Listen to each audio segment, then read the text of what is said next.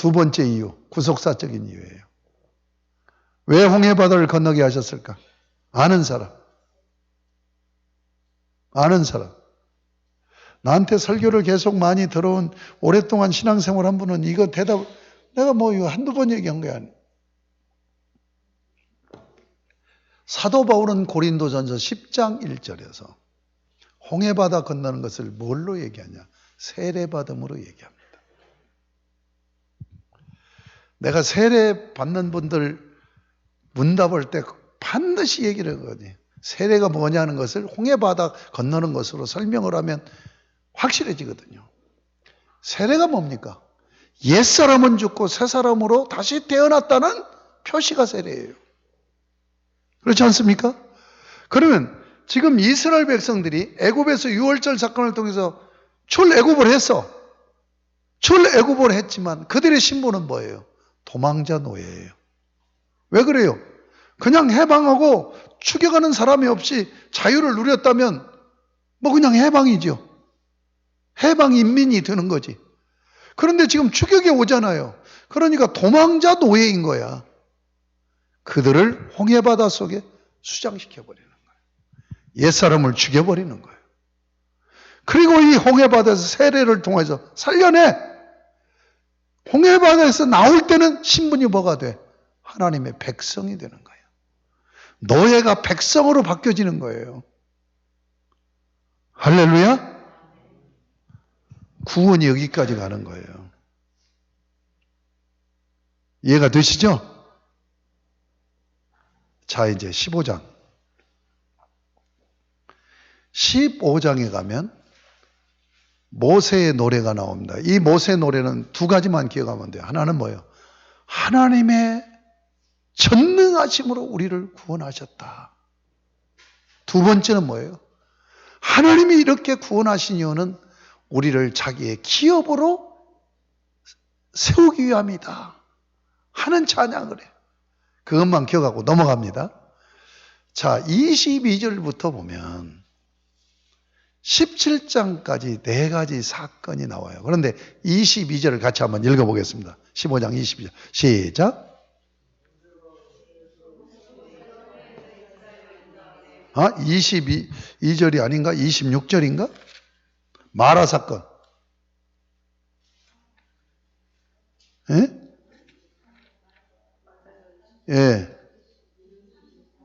그렇죠. 22절까지죠. 홍해에서 이스라엘을 인도하며 그들이 나와서 어디로 들어가요? 광야가 뭡니까? 사막으로 끌고 들어가는 거예요. 구원받은 하나님의 백성을 사막으로 끌고 들어가요. 여러분, 우리를 구원하시고 바로 천국 직행이 시킵니까? 사막과 같은 세상에서 살게 하시죠. 스루 광야로 끌고 들어가요. 스루 광야를 지나서 바데스 바네아를 통해서 시내 광야를 통해서 시내산까지 가요. 이게 17장까지 얘기해요. 여기서 네 가지 사건이 나옵니다. 첫째, 15장에서 마라의 쓴물 사건, 16장 만나 사건, 17장 1절에서 7절까지 무리바 물 사건, 8절부터 후반부는 여호와 니시 아말렉과 전쟁 사건이에요. 잘 들으세요. 지금 홍해바다를 건너는 데까지 하나님은 어떤 하나님이요? 구원자 하나님이에요. 세이버 하나님이에요. 그런데 구원받은 자를 수로 광야 사막으로 끌고 들어가서 사막으로 들어갔는데 질병이 걸려. 병원 약국이 있어요? 사막에? 이 질병을 해결할 수가 없어. 그런데 하나님이 딱 해결해 주셔. 자, 16장에 또 양식이 떨어져서 사막에서 양식 떨어지면 어디서 구할 수 있어요? 전혀 할 수가 없어요. 그런데 할 수가 없으니까 하늘에서 만나를 내려주죠. 인간이 하늘에서 먹을 것 내려오게 할 수 있어요? 없어요. 하나님이 해주셔요. 그렇죠? 그 다음에 17장 1절에서 7절까지 보면 또 물이 떨어진 거예요. 사막에서. 오아시스 못 만나면 다 죽는 거야. 그런데 오아시스가 없는 곳에서 바위에서 생수를 주신단 말이에요. 이거 사람이 할 수 있어요? 못해요? 못해요. 하나님이 하시는 거예요. 자, 오아시스 없는 곳에서 바위에서 물이 나오는 오아시스가 나온 거예요. 그러니까 그거 뺏으려고 전쟁을 일으키는 거예요. 누구예요? 아말렉군. 아말렉군은 뭐예요? 실크로드길 그 장사치들 약탈을 해서 먹고 사는 떼강도 떼들이에요. 그쪽 지형에 바삭하고 아주 전투 능력이 강한 사람들이에요. 근데 이스라엘 백성들 전쟁 해봤어요? 안 해봤어요? 한 번도 안 해봤어요. 전쟁이 붙어요. 이겨요? 져요? 100패하죠. 그런데 모세가 손을 들어서 하나님께서 그 기도를 응답하셔서 이기게 하셨어요. 뭔 얘기인지 아시겠습니까? 왜 하나님이 세이버 구원주가 되신 다음에 홍해바다를 건너게 하신 다음에 시내산까지 가는 동안에 사막으로 끌고 들어가셔서 이 네 가지 사건을 만나게 하실까? 이건 뭐예요? 너희들 사막에서 너희들 스스로 살아갈 수 있어? 없잖아. 내가 너희를 구원한 것으로 끝나는 게 아니야. 구원한 하나님이신 내가 너희 인생을 책임지는 하나님이야. 이게 구주, 로드가 되시는 하나님이에요. 아시겠습니까? 출애굽의 여정은 세이버 하나님, 로드 하나님을 얘기하고 있단 말이에요. 이해가 되시죠? 자, 그러면 여러분 오늘날 우리가 한 생을 살아가는 동안에 이 땅에서 육신적으로 이 네 가지를 해결받아야 돼요. 첫째가 뭡니까? 건강 문제죠. 두 번째가 먹는 문제예요. 세 번째가 뭡니까? 이 땅은 결핍의 현장이기 때문에 필요를 채워야 되는 갈증의 문제가 있어요. 이 갈증의 문제를. 그 다음에 네 번째는 뭡니까? 우리는 태어나면서부터, 아니 야곱과에서는 엄마 뱃속에서부터 경쟁하잖아요. 싸우잖아요. 우리는 한 생을 전쟁하면서 살아가요. 이 문제. 그러니까 우리가 한 생을 이 땅에 살면서 겪는 이 네 가지를 지금 사막으로 끌고 와서 경험시키면서 너희 스스로 살아갈 수 있냐? 없습니다. 내가 해결해 주마. 그리고 하나님이 해결해 주신 거예요. 그래서 로드가 우리에게 뭘 주시는 거예요? 샬롬을 주시는 거예요. 아멘? 그래서 구원하시고 책임져 주시는 하나님. 그리고 시내산으로 끌고 들어가요. 끌고 가서 백성들과 계약을 맺는 거야. 여러분, 지금 이해를 못하면 시내산 언약을 정확하게 이해를 못하기 때문에 이렇게 설명해 가는 거야. 자, 봤지?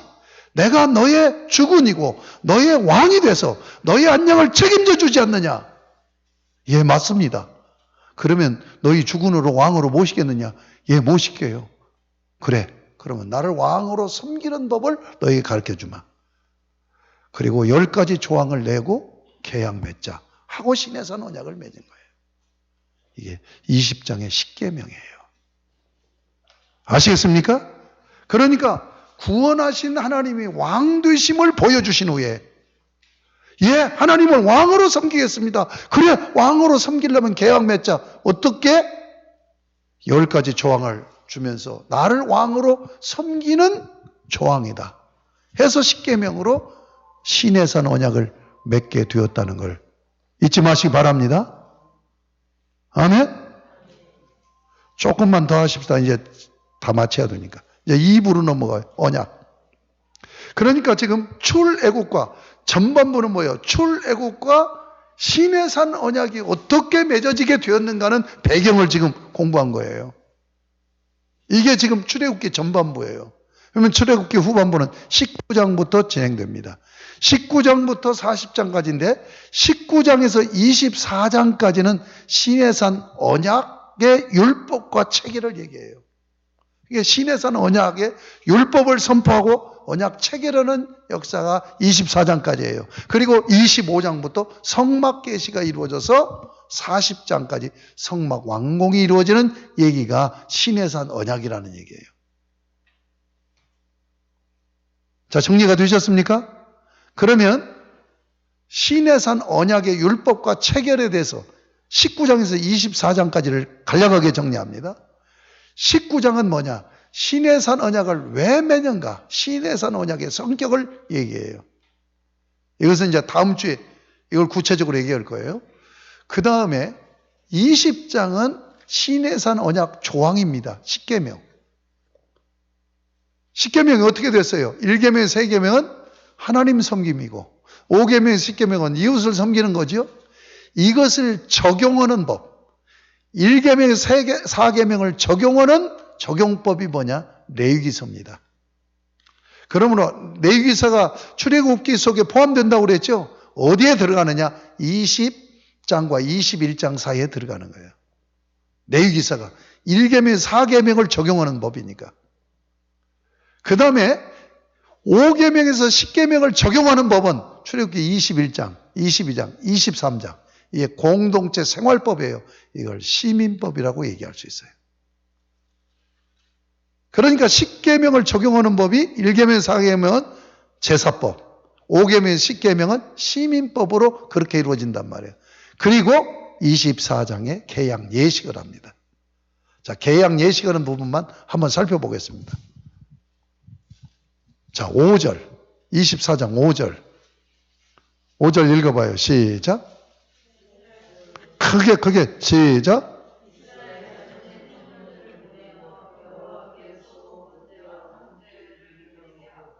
자, 이게 뭐냐면 하나님과 지금 하나님이 갑이에요. 그리고 이스라엘 백성이 을입니다. 계약서를 지금 작성하는데 먼저 하나님께 예배를 드리는 거예요. 그리고 6절 읽겠습니다. 6절 시작.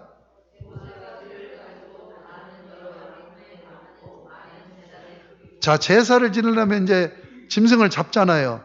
그 피를 여러 양푼에 받았다고 그랬죠. 그리고 마지막에 뭐라고 했어요? 반은 제단에 부었다고 그랬죠. 제단에 부었다는 얘기는 뭐냐 얘기예요? 하나님이 도장 찍었다는 얘기예요. 하나님 도장 찍은 거예요. 그 다음에 7절 읽겠습니다. 7절 시작.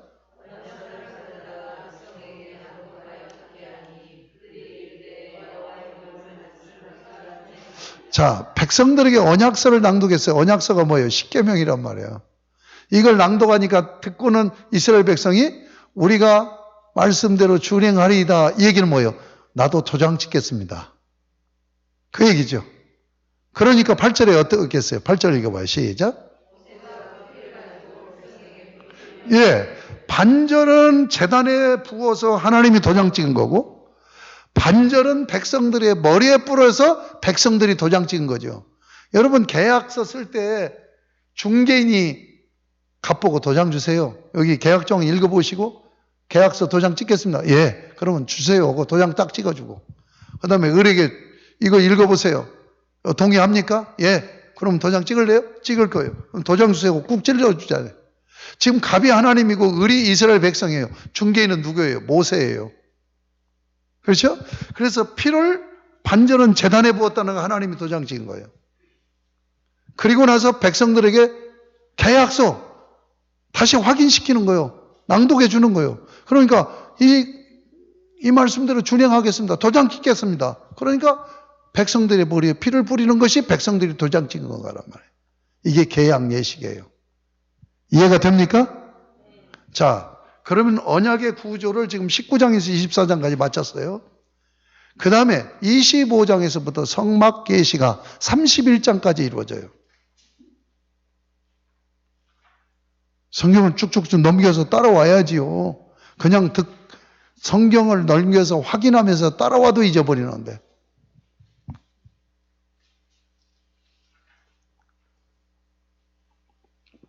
내가 주일날 얘기했잖아요. 우리 김홍매 권사가 유튜브로 이 강의 한 강의를 30번을 들었대요. 그러면 이제 제가 강의한 것이 자기 것이 되어버리는 거예요. 그러면 이 정도 읽으면 나보다도 더 잘 가서 누구 만나가지고 그대로 내가 하는 강의를 나보다 더 잘할 수가 있어. 왜냐하면 강의를 듣고 각자 우리는 지성을 갖고 있기 때문에 인사이트를 얻어요. 그래서 깨닫는 부분이 있단 말이에요. 한번 유튜브 30번 정도 들어보세요. 그러면 나보다 훨씬 내가 강의한 것보다 더해지는 것이 있다니까. 영적으로 인사이트를 얻는 것이 있기 때문에. 자, 31장까지가 성막 계시예요. 그 다음에 32장에서 터집니다, 문제가. 금송아지 사건이 터져요. 그거를 처리하는 것까지가 34장이에요. 그리고 35장에서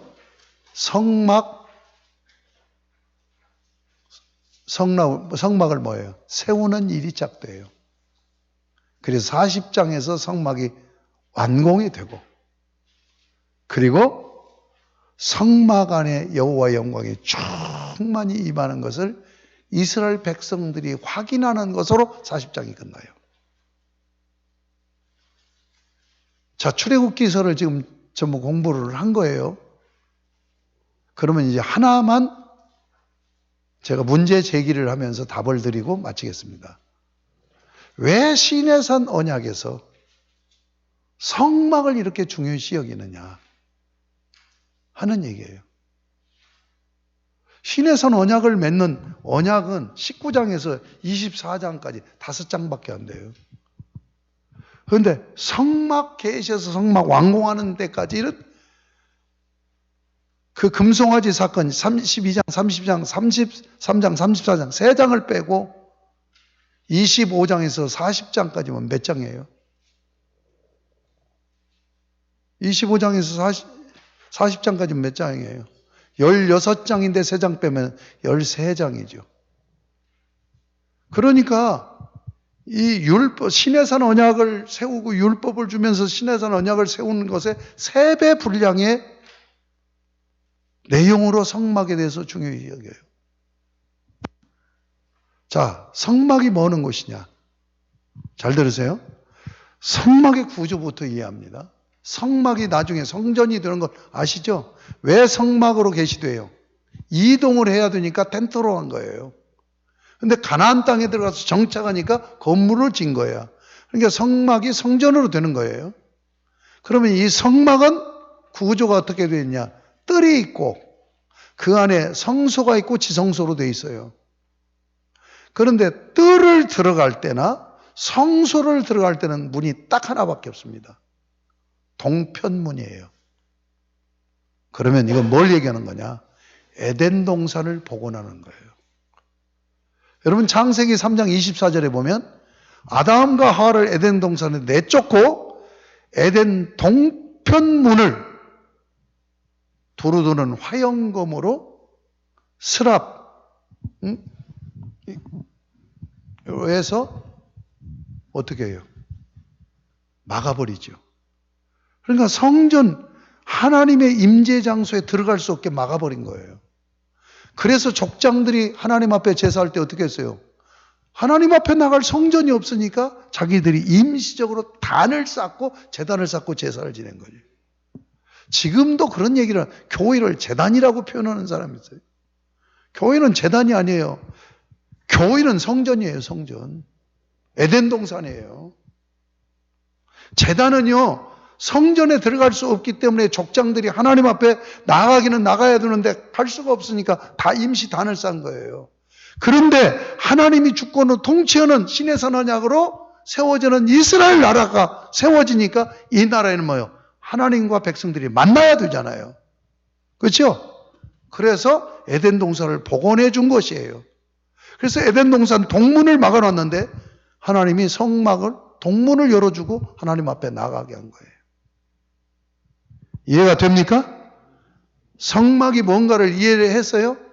또 하나의 의미는 성막은 뭐냐? 세속적인 표현으로 보면 궁궐입니다. 궁궐. 왕이 자기 백성을 통치하기 위해서 사는 곳이 궁궐이잖아요. 성막을 내가 너희 가운데 세운다는 얘기는 내가 너희의 왕이 돼서 너희를 내 백성으로 통치하겠다는 얘기입니다. 이게 성막의 의미예요. 이해가 되십니까? 그러면 하나님께서 지금 이스라엘 백성을 통치해야 되니까 성막이 세워져야 되는 거예요. 계약을 맺음으로 하나님 왕 되기로 한 거잖아요. 이스라엘 백성이 백성 되기로 한 거잖아요. 그러니까 하나님이 거하실 궁궐이 필요한 거야. 그래서 성막 계시가 이루어진 거예요. 이해가 됩니까? 또 하나의 이유는 뭐냐면 이 성막이 무엇을 얘기했냐? 예수 그리스도의 구원을 얘기해요. 하나님 앞에 나오려면, 하나님의 백성으로, 하나님의 자녀로 하나님 앞에 나오려면 반드시 뭐예요? 죄 문제를 해결받아야 돼요. 그래서 이 성막 속에 뭐냐? 예수 그리스도의 십자가 구속을 그대로 담아놓은 거예요. 그래서 성막이 그렇게 중요한 거예요. 그래서 시내산 언약을 맺고 나서 바로 뭐냐? 성막 계시를 하고 있다. 성막이 없으면 언약을 맺었어도 하나님 나라가 못 되죠. 하나님은 왕으로 와서 자기 백성을 통치하는 곳이 만들어져야 되잖아요. 그래서 언약을 맺어놓고 바로 성막 계시를 하고 그 하나님이 와서 통치하는 궁궐인 성막이지만 이 성막 속에 뭘 담아놨다? 예수 그리스도의 십자가 구원을 담아놨다.